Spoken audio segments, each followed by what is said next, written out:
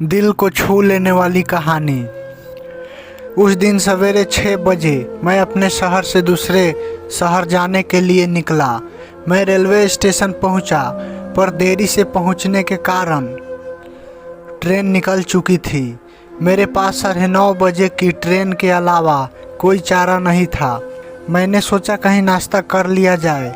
बहुत जोर की भूख लगी थी। मैंने होटल की ओर जा रहा था। अचानक रास्ते में मेरी नज़र फुटपाथ पर बैठे 2 बच्चों पर पड़ी। दोनों लगभग 10-12 साल के रहे होंगे। बच्चों की हालत बहुत ख़राब हो चुकी थी। कमजोरी के कारण अस्थि पिंजर साफ दिखाई दे रहे थे। वे भूखे लग रहे थे। छोटा बच्चा बड़े बच्चे को खाने के बारे में कह रहा था। बड़ा उसे चुप कराने की कोशिश कर रहा था। मैंने अचानक रुक गया। ऐसी जीवन को देख मेरा मन भर आया। सोचा इन्हें कुछ पैसे दे दिया जाए।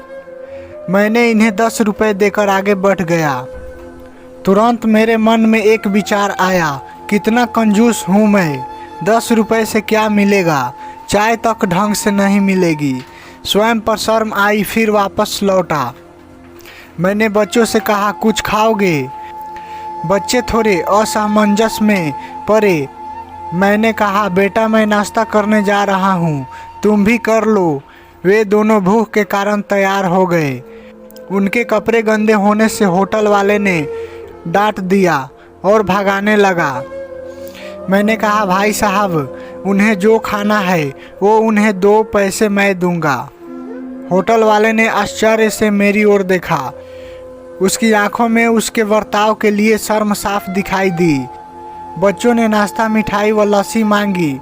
सेल्फ सर्विस के कारण मैंने नाश्ता बच्चों को लेकर दिया। बच्चे जब खाने लगे, उन्हें चेहरे की खुशी कुछ निराली ही थी।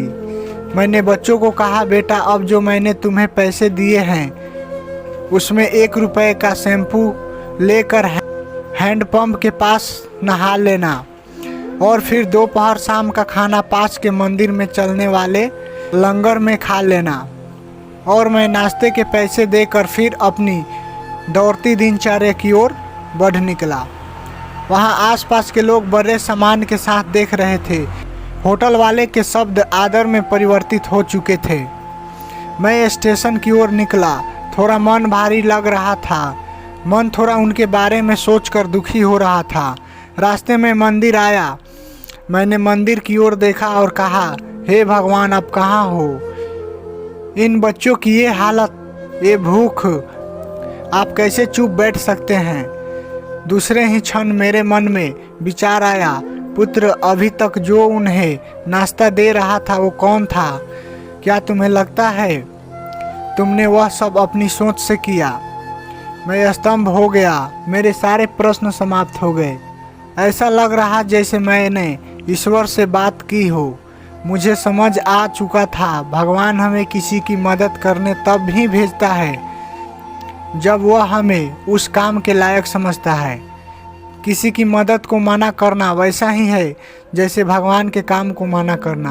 अतः आपको कोई भूखा या लाचार मिले या आपसे कुछ खाने के लिए मांगे तो आप अपनी सामर्थ्य अनुसार मदद जरूर करें, क्योंकि स्वयं भगवान ने आपको इस काम के लिए चुना है।